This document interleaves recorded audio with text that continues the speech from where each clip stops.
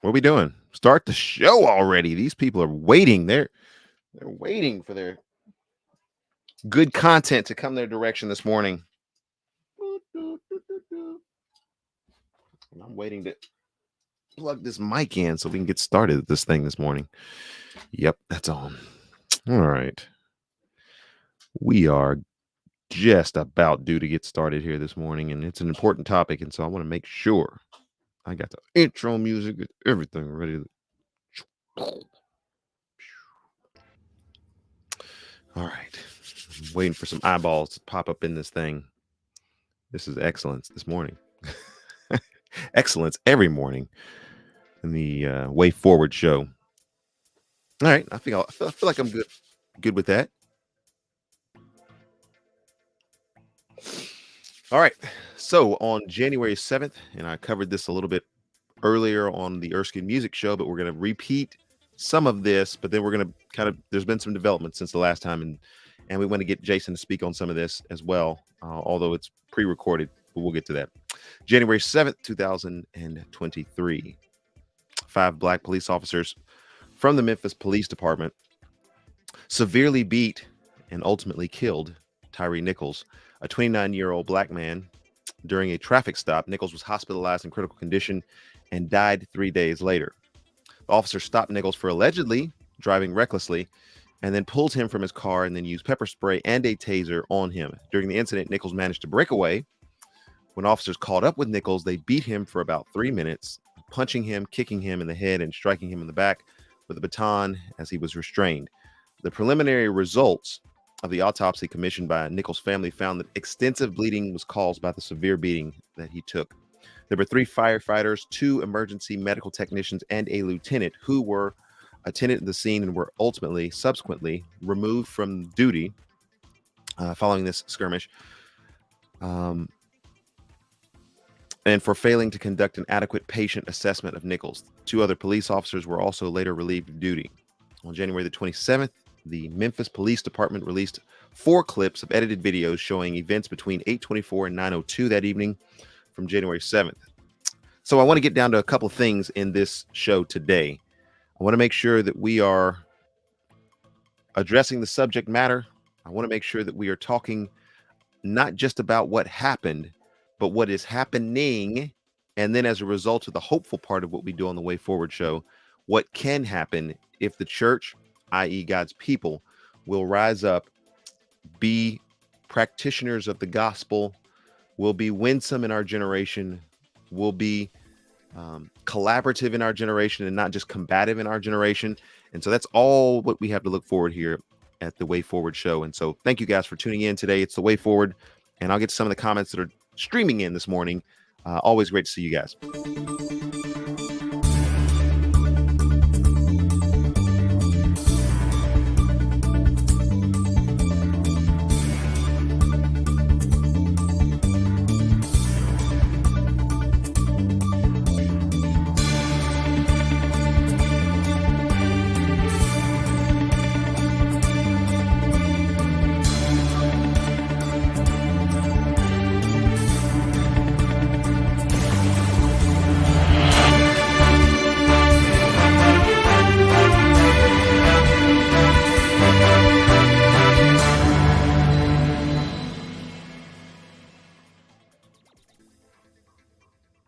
All right, it's the Way Forward show, the weekend edition of what we normally will do here.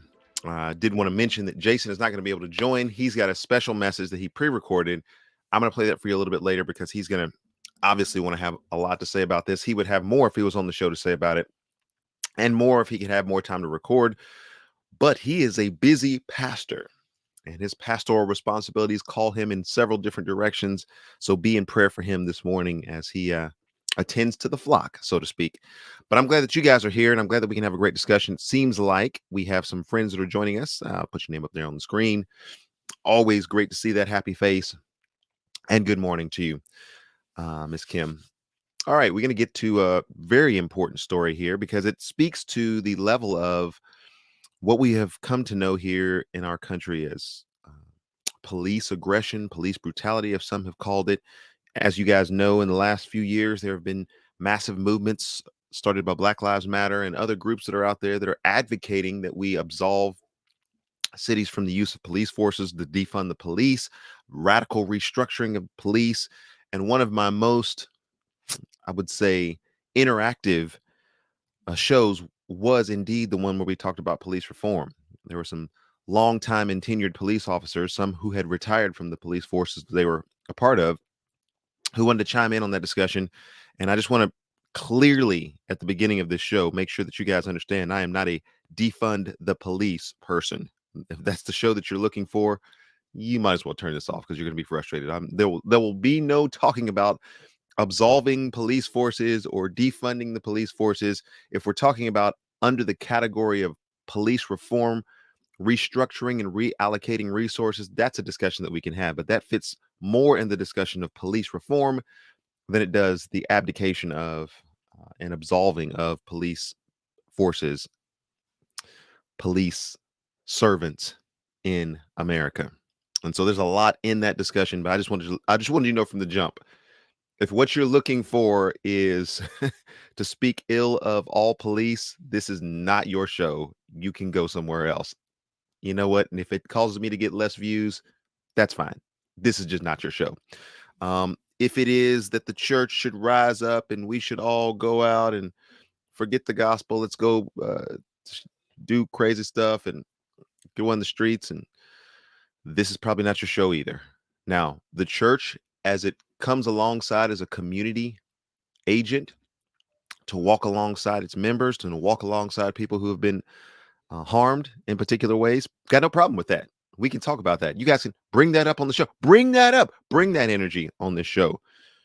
But we're not going to be talking about substituting the church for social programs or social activities. No, the church has a very distinct role in this discussion, and we will be conducting it as such today. All right, there's a lot of different angles and directions that I'd want to go with this today, but after getting that preliminary reading there's a lot of emotion that is involved in this. But the way that I wanted to start this discussion out today is I think the most appropriate way for a believer to start a discussion out like this. And it is essentially that we speak about the human component of what has gone on here. There have been multiple lives that have been impacted, and for the rest of their lives will be impacted by this situation. We can look at the time frame as it relates to the introduction that I read there, 8:24 to 9:02, and then subsequent hour or so before that, the pulling over, the stopping, the recognition, all those different things. If you fix that window in time, all of those who were involved, albeit the 5 police officers that were a part of the Scorpion unit, albeit the Nichols family, albeit the medical technicians who were there, lieutenants, fire department, 3 firefighters, lives are impacted for the rest of their lives. And so this is a big one. So we have protests, and for the most part, they have been peaceful, or I should say, organized, lawful protests that have taken place. But the place where we need to start, friends, this morning is we need to start with some attention to the Nichols family. I think it's Rovan, his mother, and I spoke directly to her in the previous broadcast, and I'll do so again just to let you know that from that time on, we've continued to pray for you, pray for your family, pray for all those who are involved. And my prayer has been obviously the human component of this, the emotional component of this. I could not imagine losing one of my children in this way. And here's where it gets personal. If the Nichols family is watching this today, it gets personal because my son is 15 years old. He's about to be 16. He's about to start driving. He could be pulled over because sometimes he's absent-minded. Sometimes he forgets to do things. We all do. What's to separate him from your son? And I could not imagine being in a situation where my son is pulled over. He's been taught to respond appropriately, but maybe out of fear, he doesn't respond the way that he's supposed to respond, and then an altercation takes place. I can imagine your pain in this moment, but I can certainly let you know that as followers of Christ, we are praying for you and praying for your family. We are deeply involved in wanting to see the legacy of your son, um, continue in the good things that he has done. And I know there'll be people who try to bring up, well, in third grade he did this, and then he. But please don't listen to those voices. You know the kind of son that you had. You know his value. As I listened to you talk about the tattoo that he had of his mom and how much he loved you. Um, please keep those things in mind. I know with President Biden inviting you guys to the State of the Union address, and I saw Reverend Al Sharpton at the funeral, and Ben Crump has been by your side. There's just a number of people who are pulling you guys in a number of different directions. My prayer is that you would have some time to just sit and process and grieve and know that there are people who are alongside you. And so much prayers to you, many prayers to you, and continued prayers for your family. All right. So as believers, that's the place where we want to start. And actually, what I did for today is I wanted to bring up some sound attendant to that. So this is just about a 2-minute. This was done by the Washington Post. It's on YouTube. You guys can check this out. But it's Tyre Nichols. He's energetic, outgoing, and it just gives uh, a good portrayal of the kind of character that he had and the kind of young man that he was. I want you guys to see this for a few minutes, just so that before we dive into any discussions and people jump in and say, well, they should have done this, and oh, there's, before we do any of that, let's recognize that there's actual people who are involved. So we're going to check this out this morning.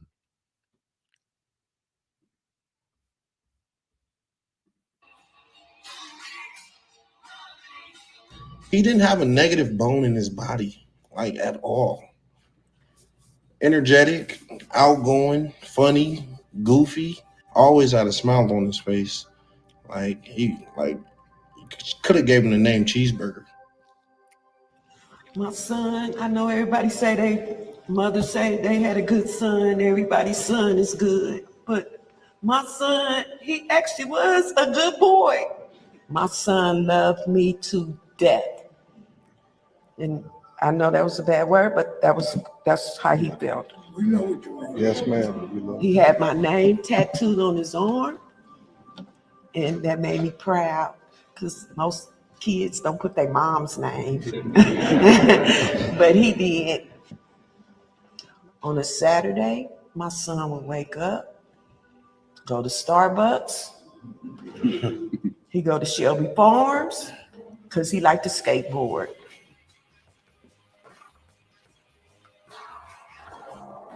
That was his passion. He's been skating since he was 6 years old. That day, when he left around 3 o'clock, he was on his way to Shelby Farms because my son every night wanted to go and look at the sunset. That was his passion, going to Shelby Farms to watch the sunset and take pictures. I want Tyre to be remembered as and this not just me talking for no interview. This is a great kid. I want kids and other people to know ain't nothing wrong with being yourself. Tyre brought something out of me to make me feel like, hey, you don't have to do that. You don't have to follow a trend to be loved. You can be yourself. You can skateboard, you can ice hockey, you can do whatever that you want to do. And people will still love you. All I know is my son was a great, great kid. He didn't deserve what he got. Now what he deserves is justice. Jeff.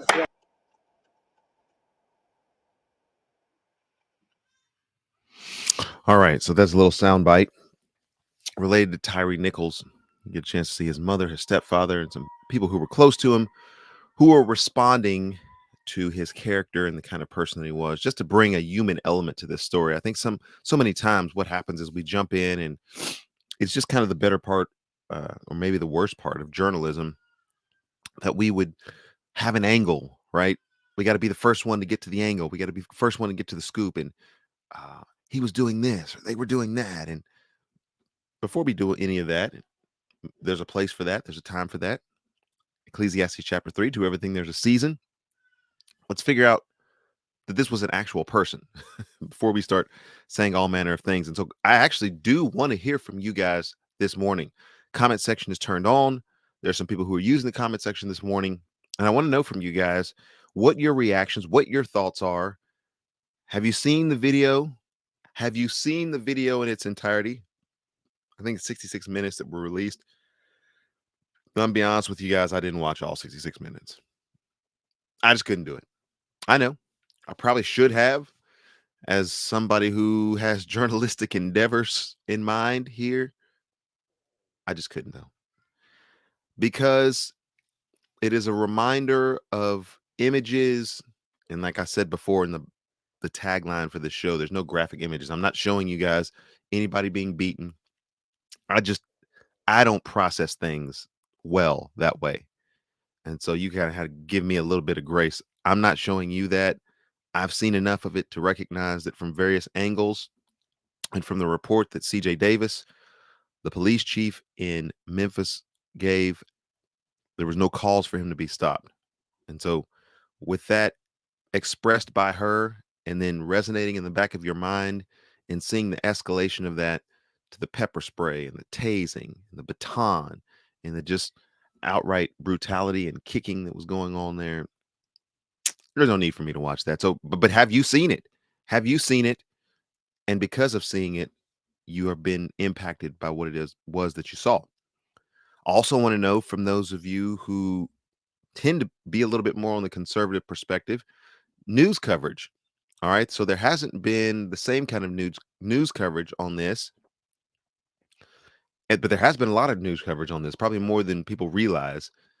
But because the protests by and large were lawful protests, do you think that impacts the way that news was covered? I hadn't heard anybody talking about that angle, but I would imagine that there is to some degree this whole mentality that's still intact, that if it bleeds, it leads.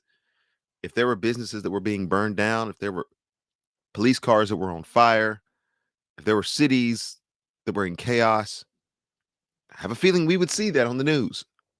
I have a feeling that that would be mixed into the atmosphere to charge the atmosphere even more related to the subject. Now, there have been massive protests. There have been many people who have come out. And in fact, before my pitch deck went down, I had a few of the signs that people were holding up. Some of them range to things that are inappropriate that I wouldn't show on this show, but just a lot of signs that are out there and a lot of people that are out there, and you haven't seen the images of the lawful protest. And Kim says she doesn't think she could bear it, and it just kind of depends on what the purpose of you needing to see it is. I'm not saying you shouldn't see it, but I'm just saying I didn't see it. And I'm not saying there's not some value in recognizing the horrific, and that's the terms that CJ Davis, the police chief in Memphis, used, horrific. I'm not saying that there's not some purpose in understanding that there was a horrific injustice that took place, but no. This is kind of my thought, and Kim is picking up on this, and maybe this is a discussion that we can have. I don't think that the news coverage followed this as closely as some of the other things because it was not chaotic. This is a point that I have. It's in my notes today. I'm looking right at my notes. I've got no problem with lawful protests.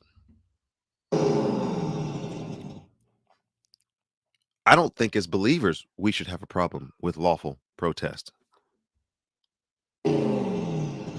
In fact, I'm not really breaking any news, because those that talk about peaceable assembly and the Constitution recognize that there is a fundamental right, so to speak, in America to be able to do that. In fact, it may be, because I want to approach things from the standpoint of looking at believers and how believers respond, it may be appropriate to walk alongside someone who is suffering or someone who is grieving or someone who is wanting to express a concern. It could be a ministry opportunity. I remember being out in Sacramento.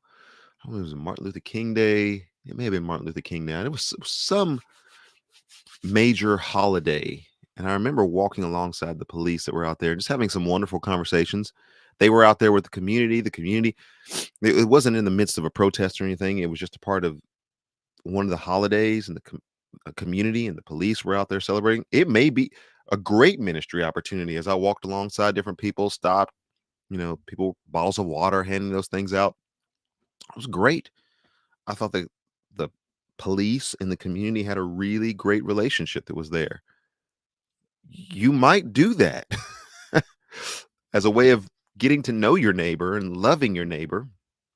I'm not saying you have to do that. The Lord will tell you what you have to do. Your local church will help you kind of funnel that into a discussion that's helpful for you, figure out what you have to do. But I think that could be an important thing for us to think through. As we see these images, can we stop for just a second? Stop giving that energy that every time people get together, especially Black people in our country, can I just call it what it is?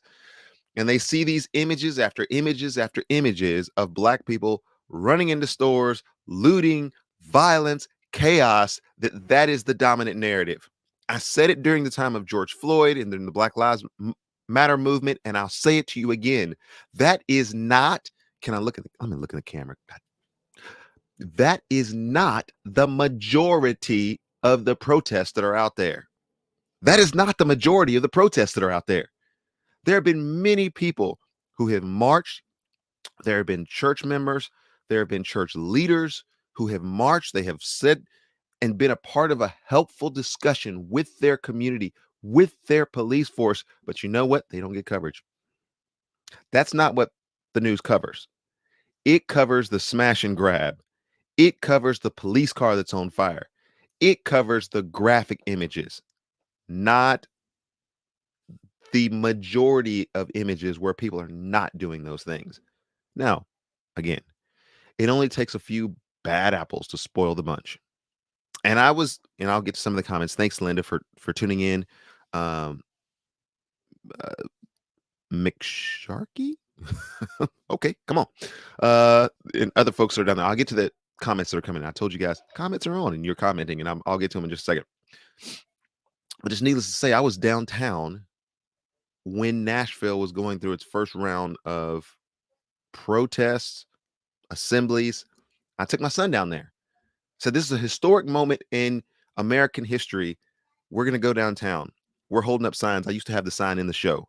It was a sign that was up there for 2 seasons. It said, Love Moves. It's the name of one of my albums. And it was the idea in mind that the way that we're going to bridge the gap here is by loving people. So that's the sign that we were holding up.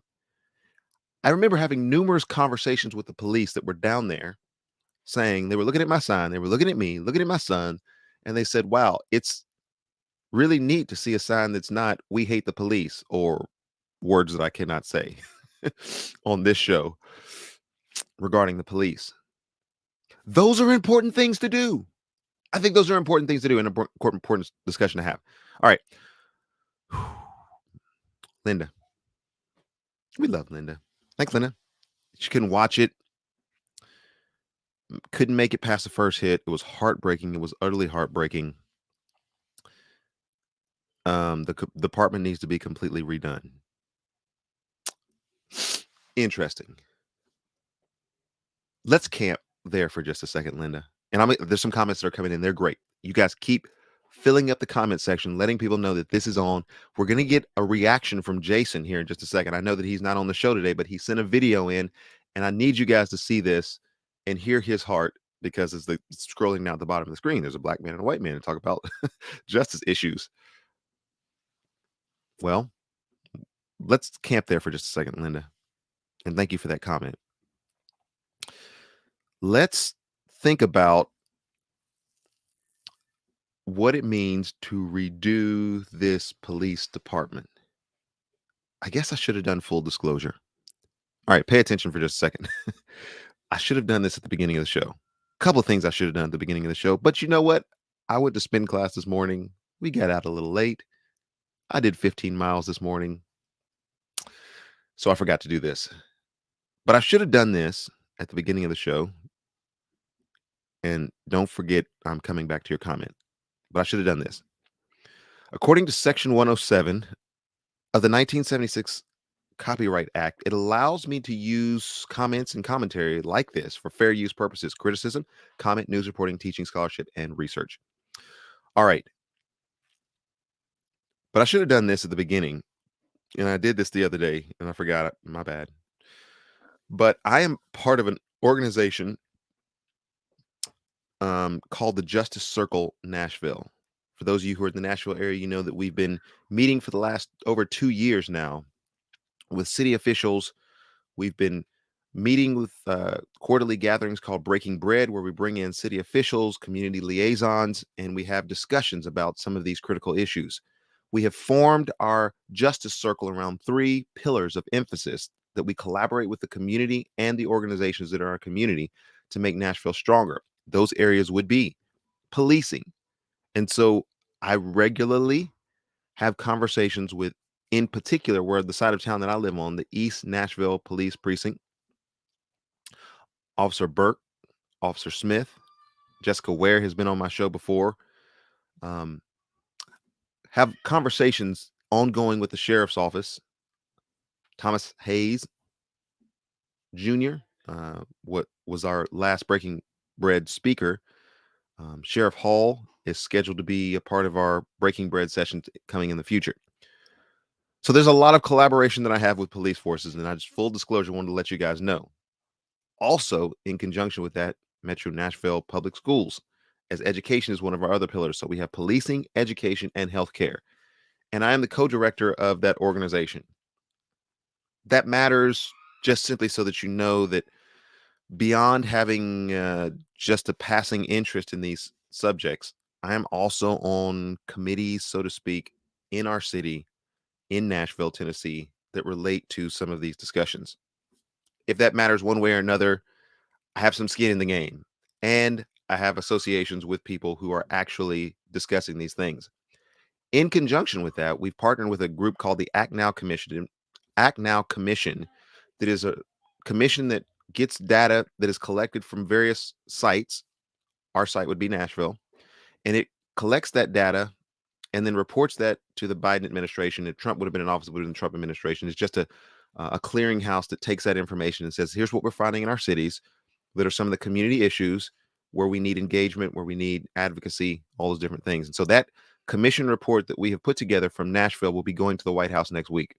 So I've been on a ton of these different committees and a ton of these different discussions. And so when Linda says reworking the police department, I want you to know, Linda, that I took a long way around to just get back to telling you that there's a lot of people who are working in the area of restructuring the conversation, and the language that we've been using with the Act Now Commission is reimagining policing. That can lean sometimes in the direction of defunding. I'm not going there at all. But what I am saying is that I know for certain 100% that in Nashville, there has been a recognition of historic problems in the areas of policing. There has been a massive desire to retrain, to re-engage the community from more of a community-focused liaison perspective. And that has been helpful, and that has been encouraging. And I can't speak on behalf of police forces other places, but I can say that this restructuring that you speak about, Linda, is so critically vital, and it is taking place in this situation, unfortunately. And CJ Davis, who's the Memphis Police Department chief, would echo this: not quickly enough. We'll talk about that a little bit later. Linda also says that the Justice Department needs to be fully investigated. Their hiring practice, operating procedures, disciplinary process, training, everything. These forms of violence must stop. And I completely agree. And you will find, Linda, that there are many police chiefs who, with transparency, and this will be reflected in the report that is given to the White House next week in the Act Now Commission, with transparency, would echo, maybe not the exact same words, but the same sentiment. Going on, other comments: being close to St. Louis, dating a wonderful black man from the area, and going through all the devastation during the Michael Brown riots, they completely took away any good that was trying to be done. And I'm sorry about that. That is deeply unfortunate, as you guys are there in Illinois, about 70 miles or so outside of St. Louis, and having to live through some of those things. Comments go on. All people saw and focused on was the rioting, looting, burning, and tearing down. I understand violence is the only thing people know, but many viewers relish in watching this pain in motion. Okay. That's the point that I was trying to make. That's the point that I was saying. People come out and speak. If I could call out a news affiliate that has kind of been at the forefront, so to speak, of covering these kind of stories and having a really hard take on this, Fox News. Not everything that Fox News does is bad. And so if you're trying to get me to be that guy, sorry, didn't work.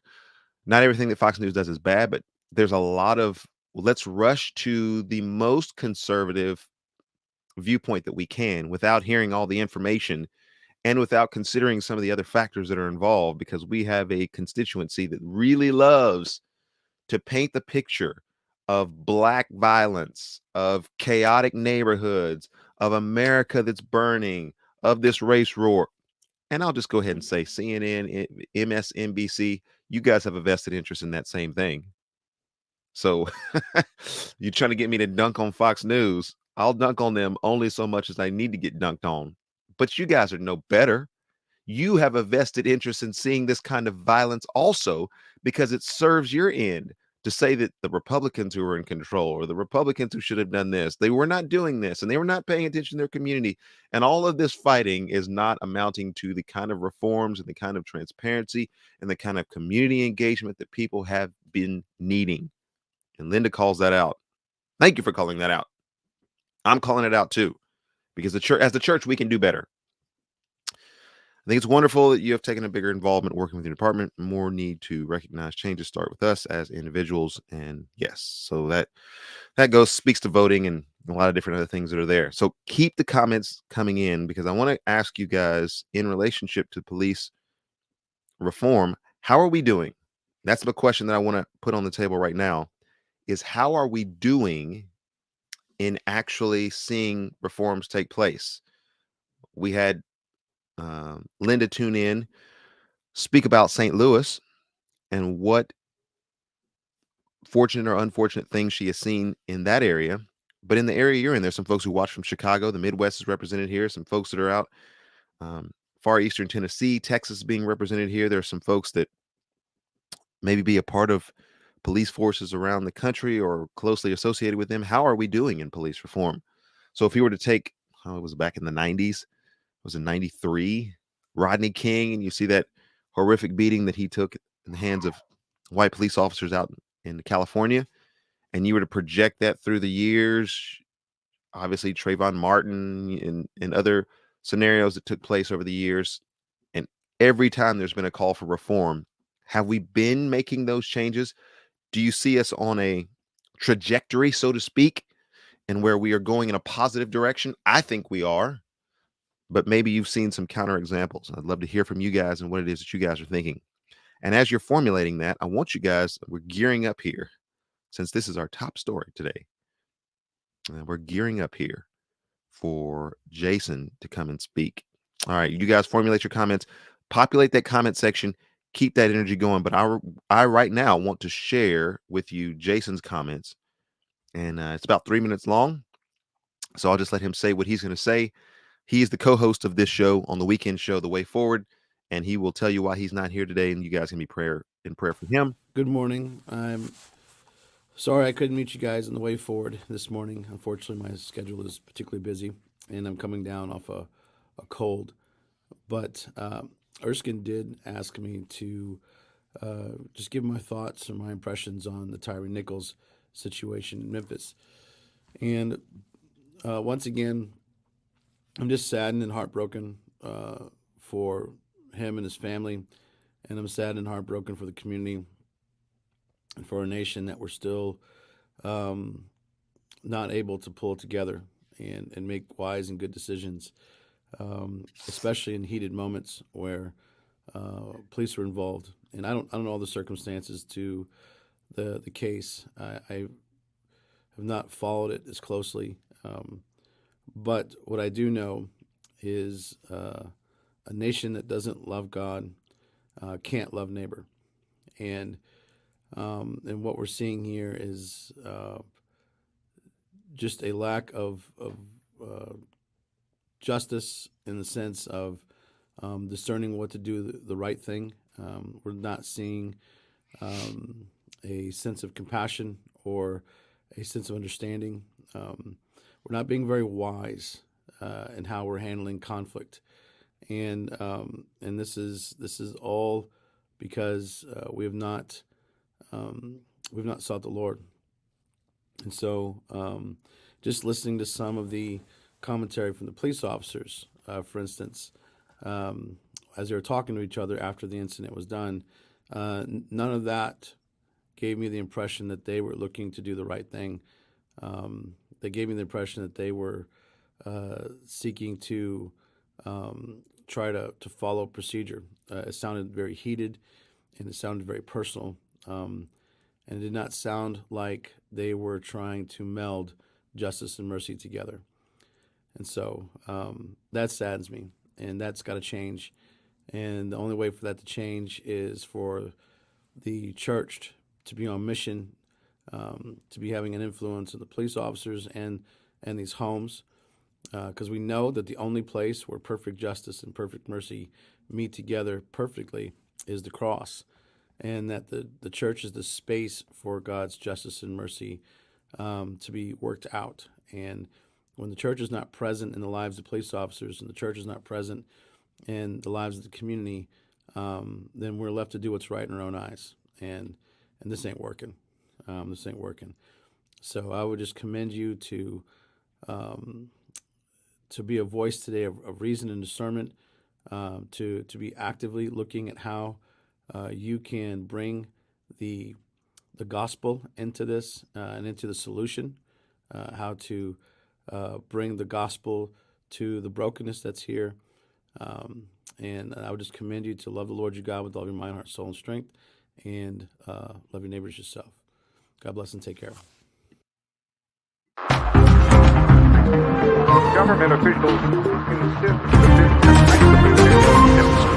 that All right, so that's Jason, and that's his commentary today. I want you guys to hear that in its entirety. Again, be in prayer for him. He's got many pastoral responsibilities today, and he's working on his PhD, and he's preparing to preach tomorrow and all the different things. And so he's got a lot on his plate.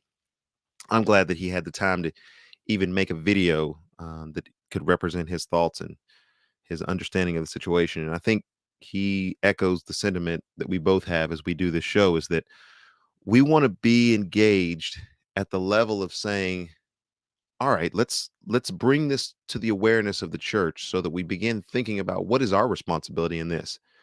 It's easy for us to get into the mentality that we so often get into, where you see a homeless person on the side of the road and you're like, my car is too far away. I don't want to try to flag him, and it's going to take too long.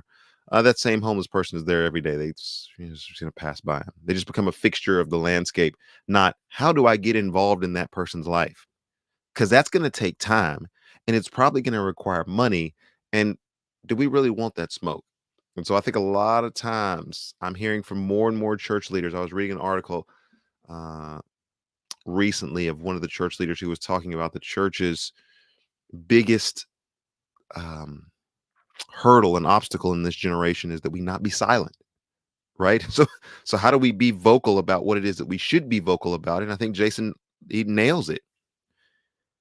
How did the church impact these 5 police officers? A conversation that I've been having with my kids. All is well sometimes, but you got to be very careful about the madness of crowds, because bad company corrupts good character. You mean 1 police officer went bad, 2 police officers went bad, 3 police officers, 5 police officers, and the people that were attendant to this situation, they all went bad. There's that mob mentality that we find shortly after we see the Hosanna, blessed is he who comes in the name of the Lord. Oh, he's king. He's our savior. To crucify him. That group mentality, that group think, that mob mentality. What if one of those kids had grown up in your church, had been raised to know right and wrong, had been raised to have temperance? One of those police officers had been raised to recognize that there is a bar of justice in which they are the intermediaries, and I'm going to use a big word there. They are the intermediaries of that justice so far as they would transfer this man to the appropriate authorities beyond themselves, and that he would look to a higher authority, being the Lord Jesus Christ. What if one of them had said, guys, come on, what the hell are we doing? We done beat this man, we done tased this man, and I don't care what he said to you. If you're a police officer and you can't take people saying things that you don't like, you don't need to be a police officer. But what if them would have said, what are we doing? We have done enough as far as our responsibilities in the area of justice. What if one of them had said, guys, we have done too much, and said, the buck stops here. I've been raised to know right and wrong. I've been raised to recognize that the only person that was beaten like this justly for ultimate purpose and cause, being the justice bar of God, propitiating the wrath of God, was Jesus Christ himself. I remember a scene like this, but it was to the eternal weight and glory of it. What if one of them had stepped up and said, no more, we're stopping this, we're out of control, we're out of line? The situation could have been dramatically different, but no one did. I can't imagine that none of them had ever been to a church before, ever heard from the church before, ever had those, but perhaps the church's influence in their life was not powerful. And that's the discussion that I've had with police officers. Oh, where do you go to church? Well, who disciples you?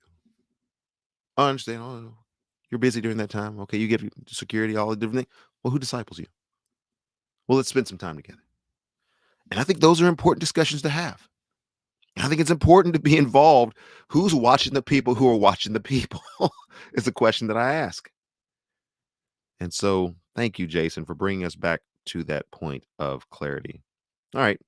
Just like any other channel, I want you guys to subscribe to this channel. I'm going to land the plane here in just a second. Do it. It'll make your life better. All right. Linda says, yes, engagement, involvement, action, many churches. And I had mine in a local town. Do not get outside the doors and do. The concern is more to have people in the pews than getting Jesus to the people. I think you live in a small community, Linda. It could be that church, that church, that church, or that church that you're talking about. And I'll let you take that up in your community because somebody done got called out. More concerned about getting people in the pews than actually getting people to Jesus. And I'm going to let that one just sit there because that's Teen Wolf style. She went straight Teen Wolf on those. But no, I think that we all have a perspective on things. And, I could read articles and I could throw stones from afar and I could talk about this group that's not doing stuff. This group is not, or I could cite Pew Research like we did the other day and talk about churches in decline. We could talk about different denominations. We could talk about all those different things. But I just to keep it real, just keep it a buck on this show. We planted House Church Nashville a little over 2 years ago, and I'm just trying to make sure that we do what it is that we're supposed to be doing. And I really don't have much more bandwidth than that. Traveling full-time as a music artist, church planning, raising kids, foster kids, and I just want to make sure that I do exactly what Linda is talking about, getting people to Jesus. Whether I'm traveling to where you're at and getting people to Jesus, or here in Nashville getting people to Jesus, we just get people to Jesus. All right.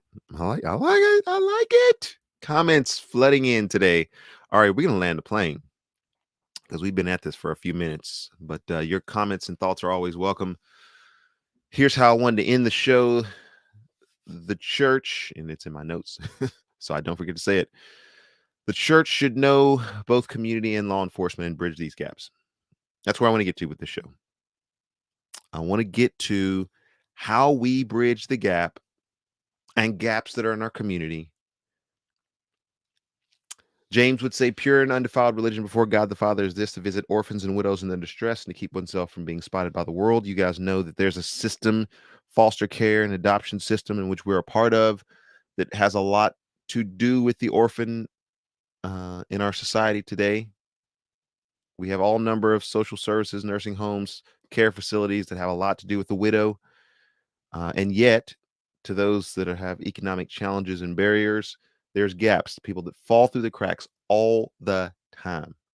I live in a major metro city, and I can tell you there's not enough programs the government has to meet all the different needs that all the different people who are here have. We have refugees who are here.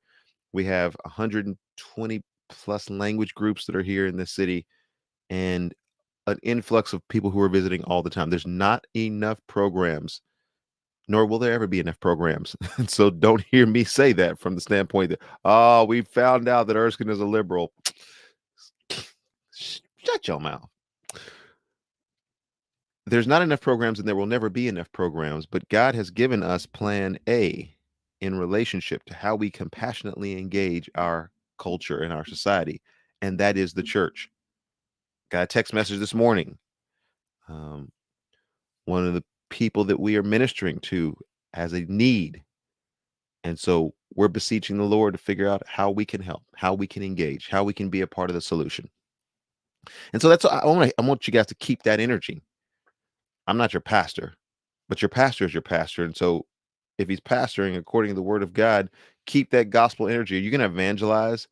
What happens if you become the evangelist or the person that leads to Christ, the person who ultimately becomes a police officer, who ends up in a situation like this, who now, because he's a believer, has restraint and mercy and compassion, but keeps the bar of justice clear, and they don't respond this way?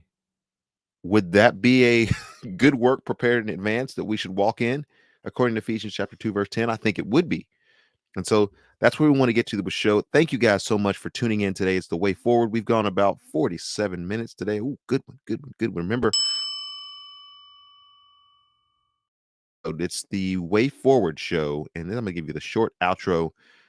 We'll be back next week, some way, somehow. I'm going to have to maybe pre-record that one, but it should be a good episode as life continually gives us these opportunities to speak about culture, speak about life, and do that from the vantage point of where God has placed us. Thank you guys for tuning in. Way Forward Show. Government officials.